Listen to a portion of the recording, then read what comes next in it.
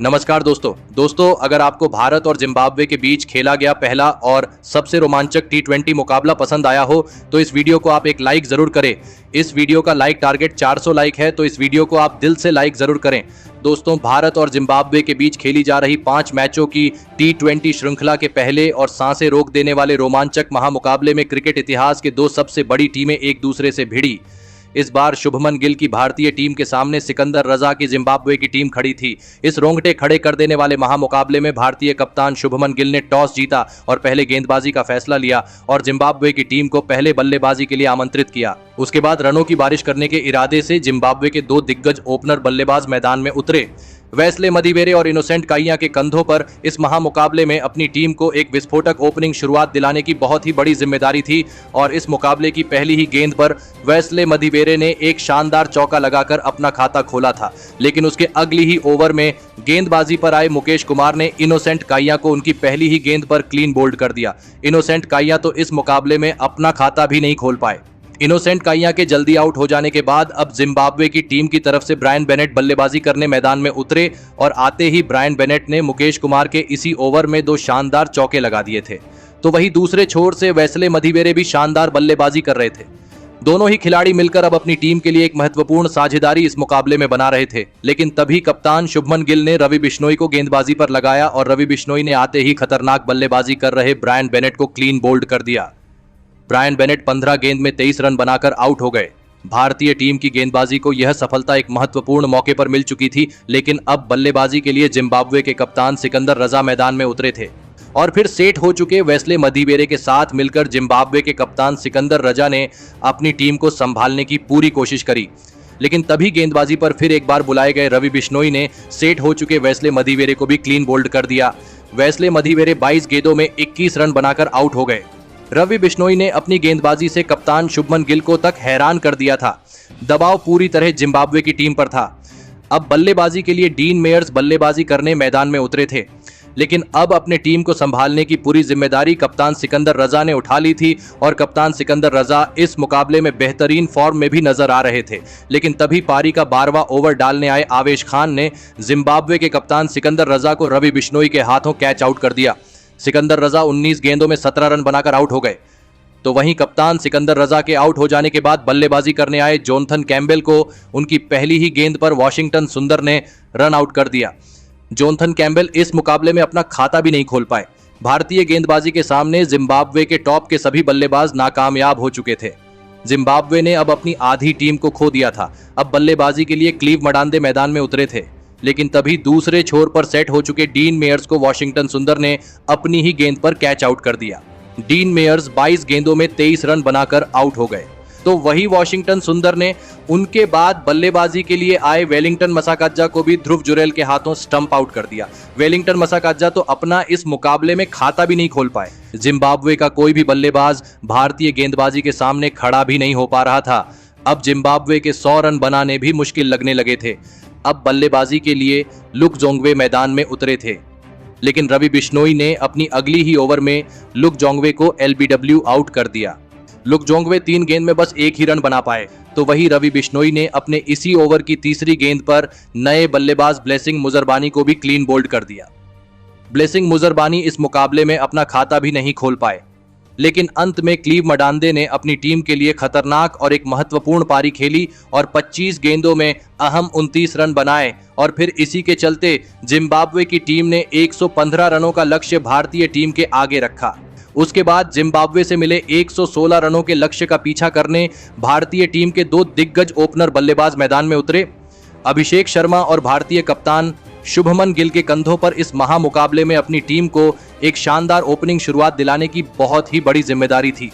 लेकिन भारतीय टीम की इन उम्मीदों को जिम्बाब्वे की गेंदबाजी ने पारी के पहले ही ओवर में तोड़ दिया और अपना पहला ही अंतर्राष्ट्रीय मुकाबला खेल रहे अभिषेक शर्मा को ब्रायन बेनेट ने वेलिंगटन मसाकाजा के हाथों कैच आउट कर दिया। अभिषेक शर्मा इस मुकाबले में अपना खाता भी नहीं खोल पाए। अभिषेक शर्मा के जल्दी आउट हो जाने के बाद अब भारतीय टीम की तरफ से ऋतुराज गायकवाड़ मैदान में उतरे थे और फिर कप्तान शुभमन गिल के साथ मिलकर ऋतुराज गायकवाड़ ने भारतीय पारी को संभालने की पूरी कोशिश करी। लेकिन फिर तभी गेंदबाजी पर आए ब्लेसिंग मुजरबानी ने ऋतुराज गायकवाड़ को इनोसेंट काइया के हाथों कैच आउट कर दिया। ऋतुराज गायकवाड़ 9 गेंद में 7 रन बनाकर आउट हो गए। भारतीय टीम ने शुरुआत में ही अपने 2 बड़े बल्लेबाजों को जल्दी खो दिया था, लेकिन अब बल्लेबाजी के लिए रियान पराग मैदान में उतरे थे। लेकिन रियान पराग को भी जिम्बाब्वे की गेंदबाजी ने ज्यादा देर तक मैदान में टिकने नहीं दिया और गेंदबाजी पर आए तेंदाई चतारा ने ब्रेंडन मुवाता के हाथों कैच आउट कर दिया। रियान पराग इस मुकाबले में 3 गेंद में बस 2 रन बनाकर आउट हो गए। तो वही विकेट गिरने के बाद बल्लेबाजी के लिए आए रिंकू सिंह को भी तेंदाई चतारा ने ब्रायन बेनेट के हाथों कैच आउट कर दिया। रिंकू सिंह तो इस मुकाबले में अपना खाता भी नहीं खोल पाए। भारतीय टीम ने केवल 22 रनों पर अपने टॉप के 4 बड़े बल्लेबाजों को खो दिया था। जिम्बाब्वे की गेंदबाजी इस मुकाबले में गजब का प्रदर्शन कर रही थी। अब बल्लेबाजी के लिए ध्रुव जुरैल मैदान में उतरे थे, लेकिन जिम्बाब्वे की गेंदबाजी के सामने खेलना भारतीय बल्लेबाजी को बहुत ही ज्यादा मुश्किल हो रहा था। जिम्बाब्वे की टीम को कम आंकना भारतीय बल्लेबाजी की सबसे बड़ी गलती साबित हो रही थी। लेकिन फिर यहां से कप्तान शुभमन गिल और ध्रुव जुरैल की इस जोड़ी ने भारतीय पारी को संभाल लिया और एक महत्वपूर्ण साझेदारी बनाना शुरू कर दिया। कप्तान शुभमन गिल अपनी टीम के लिए एक कप्तानी पारी खेल रहे थे।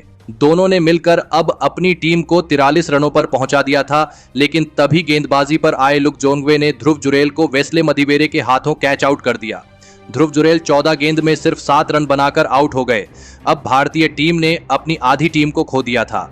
भारतीय टीम की मुश्किलें कम होने का नाम ही नहीं ले रही थी। अब बल्लेबाजी के लिए वॉशिंगटन सुंदर मैदान में उतरे थे, लेकिन तभी गेंदबाजी पर आए जिम्बाब्वे के कप्तान सिकंदर रजा ने भारतीय टीम के कप्तान और सेट हो चुके शुभमन गिल को क्लीन बोल्ड कर दिया। शुभमन गिल इस मुकाबले में 29 गेंदों में 31 रन बनाकर आउट हो गए। जिम्बाब्वे की गेंदबाजी ने वर्ल्ड चैंपियन भारतीय टीम को इस मुकाबले में पूरी तरह अब बैक फुट पर धकेल दिया था। अब बल्लेबाजी के लिए रवि बिश्नोई मैदान में उतरे थे। अब यहां से भारतीय टीम को कोई चमत्कार ही इस मुकाबले में अब जीता सकता था, लेकिन बल्लेबाजी के लिए आए रवि बिश्नोई को भी सिकंदर रजा ने LBW आउट कर दिया। रवि बिश्नोई 8 गेंद में बस 9 रन बनाकर आउट हो गए। अब भारतीय टीम के पास बस 3 ही विकेट बचे थे। मुकाबला पूरी तरह भारतीय टीम के हाथ से निकल चुका था। अब बल्लेबाजी के लिए आवेश खान मैदान में उतरे थे और फिर यहां से वॉशिंगटन सुंदर और आवेश खान की इस जोड़ी ने जिम्बाब्वे की गेंदबाजी पर पलटवार करके दिखाया और धमाकेदार बल्लेबाजी करना शुरू कर दिया। खास करके आवेश खान इस मुकाबले में जिम्बाब्वे की गेंदबाजी पर लाजवाब बल्लेबाजी कर रहे थे, जिसने जिम्बाब्वे की गेंदबाजी को भी अब दबाव में डाल दिया था। पारी के 15वें ओवर में तो आवेश खान ने गेंदबाजी पर आए वेलिंगटन मसाकाद्जा को 2 लगातार चौके लगा दिए थे, लेकिन वेलिंगटन मसाकाद्जा ने अपने इसी ओवर में आवेश खान को सिकंदर रजा के हाथों कैच आउट कर दिया। आवेश खान इस मुकाबले में 12 गेंदों में धमाकेदार 16 रनों की पारी खेलकर आउट हो गए। लेकिन अब भारतीय टीम के पास बस 2 ही विकेट बचे थे और उन्हें जीत के लिए आखिरी 4 ओवरों में 32 रनों की जरूरत थी। लेकिन पारी का 17वां ओवर डालने आए जिम्बाब्वे के कप्तान सिकंदर रजा ने नए बल्लेबाज मुकेश कुमार को ही इस ओवर में क्लीन बोल्ड कर दिया। मुकेश कुमार इस मुकाबले में खाता भी नहीं खोल पाए, तो वही सिकंदर रजा के इस ओवर में भारतीय टीम को केवल 2 ही रन मिले, जिस वजह से अब भारतीय टीम को जीत के लिए आखिरी 3 ओवरों में 30 रनों की जरूरत थी। लेकिन भारतीय टीम के पास बस 1 ही विकेट बचा था। अब आखिरी विकेट के रूप में खलील अहमद मैदान में उतरे थे। अब इस पारी का 18वां ओवर लुक जोंगवे डालने आए। अब सभी की नजरें वॉशिंगटन सुंदर के ऊपर टिकी हुई थी, क्योंकि वॉशिंगटन सुंदर ही यहां से भारतीय टीम के लिए कुछ न कुछ करके जीत दिला सकते थे, और ऐसा ही उन्होंने इस 18वें ओवर में करके भी दिखाया। और लुक जोंगवे को इस ओवर में वॉशिंगटन सुंदर ने एक चौका और एक शानदार छक्का लगाते हुए इस ओवर में 12 रन बना लिए। अब आखिरी 2 ओवरों में भारतीय टीम को जीत के लिए 18 रनों की जरूरत थी। अब इस पारी का 19वां ओवर ब्लेसिंग मुजरबानी डालने आए, लेकिन इस 19वें ओवर में ब्लेसिंग मुजरबानी ने शानदार गेंदबाजी करते हुए केवल 2 ही रन दिए, जिस वजह से मुकाबला अब आखिरी ओवर में पहुंच चुका था, जहां पर अब भारतीय टीम को 6 गेंदों में 16 रन चाहिए थे। स्ट्राइक पर वॉशिंगटन सुंदर खड़े थे और इस पारी का अंतिम ओवर तेंदाई चतारा डालने आए, लेकिन इस अंतिम ओवर में वॉशिंगटन सुंदर भी कुछ ज्यादा बड़े शॉट नहीं खेल पाए और फिर अंत में वॉशिंगटन सुंदर का भी विकेट लेकर जिम्बाब्वे की टीम ने 13 रनों से भारतीय टीम को हराकर इस रोंगटे खड़े कर देने वाले लो स्कोरिंग रोमांचक मुकाबले को अपने नाम करके इतिहास रच दिया।